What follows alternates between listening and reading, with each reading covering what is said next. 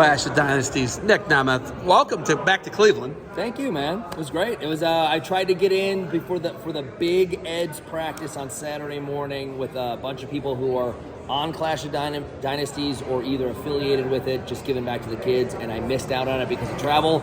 But I made it here today. I'm very happy to be here. Okay, coming into this is about the great rivalry that was like about a decade between Eds and Walsh. You were on one of the greatest teams of all time at St. Edward, correct? Yes, very much so. I won't run down names, but I was okay on a team of absolute studs. National champions 2 of the 4 years I was there.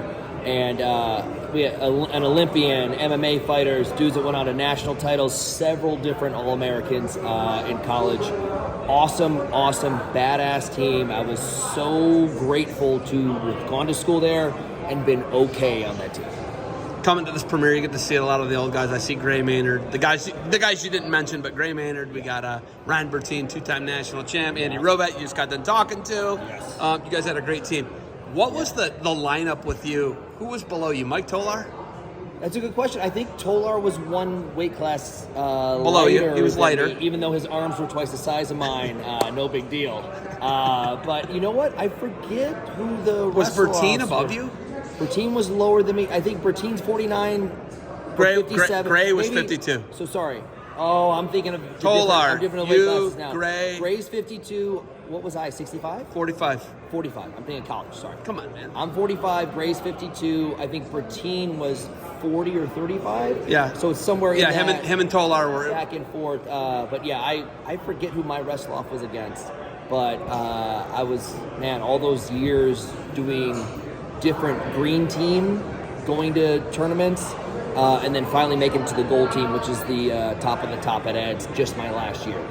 You and Ryan were just on a podcast in LA somewhere. I don't know if it was Schaub and Brian Callen or whatever it was. Probably. Talked about how tough the sport of wrestling was. Yes. And Ed's practice, compare an Ed's practice or a Kent State practice to a workout at OVW or any of the places, WWE, wherever you're at. Any kind of wrestling, they try and get rid of the BS right away, and they try and see if you're tough mentally, physically, however that goes. And in 2024, that's not always the case.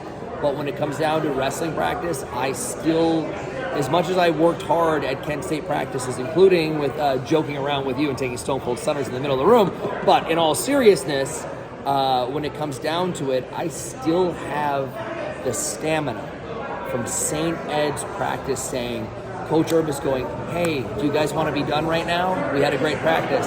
And everybody in that room going, no, let's do one more thing so we can always come out on top, whether we're good enough, whether we're trained well enough, whether we have the athleticism, you name it, we will always have that stamina. And the entire room said, let's do one more, and I'll never forget it. It's probably my freshman or sophomore year. I'll never forget it. And that is the reason why I am so 10 out of 10 when it comes to stamina, but also giving back to everybody else. I want everything to be the best. I don't ever want to be tired. And that's beat in my brain from St. Ed's and Coach Ernst.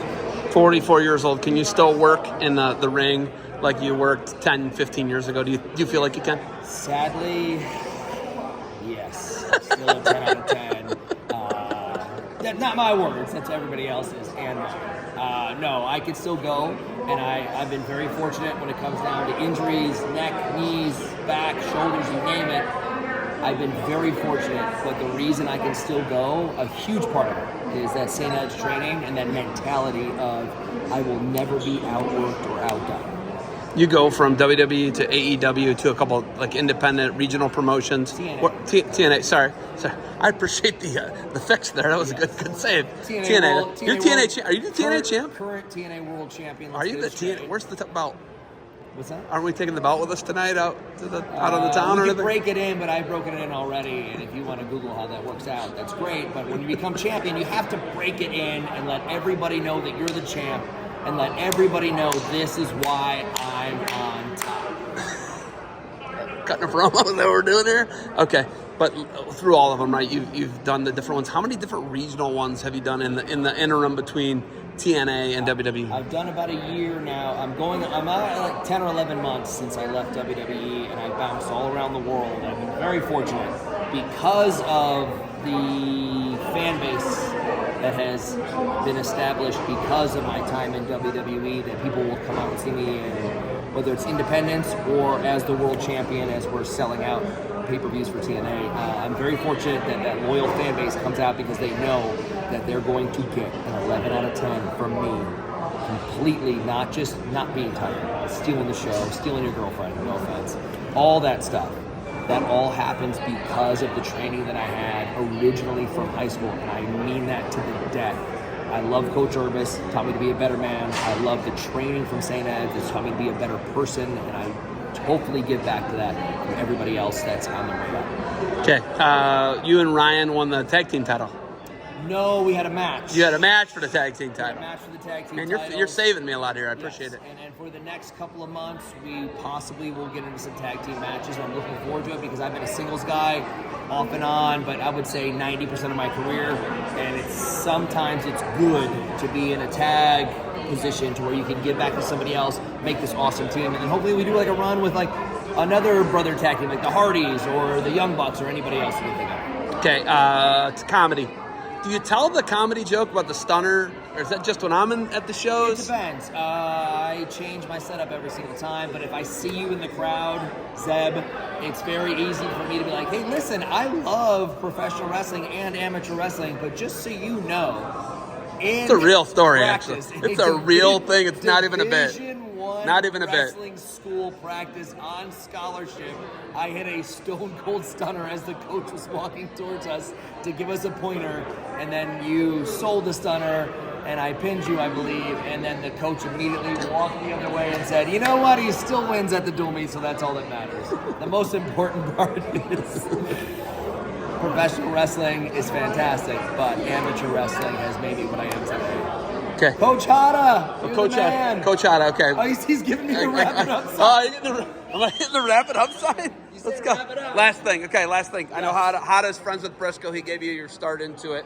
Yes. Speaking of Coach Hada, Just but to get me a tryout. got you a because tryout I knew in Coach OVW, Hada. right? When you look at it, what's it been like for you to have the run you've had in the WWE, now AEW, TNA? Whoa. What's it been? I've been the luckiest guy in the world. A lot of people work hard and do all the important things and check all the boxes, and they don't work out in Hollywood or pro wrestling or anything that your dream was. I've been the luckiest guy in the world when it comes to injuries, when it comes to someone they can rely on, because I feel like I've done everything I possibly could for my job to be the best at it, and there is a reason that people pay me to be on their shows, to be their champ, to be around, just to be break glass in case of emergency, because we need a main eventer to steal the show, and there's a reason I'm still. Okay, we good?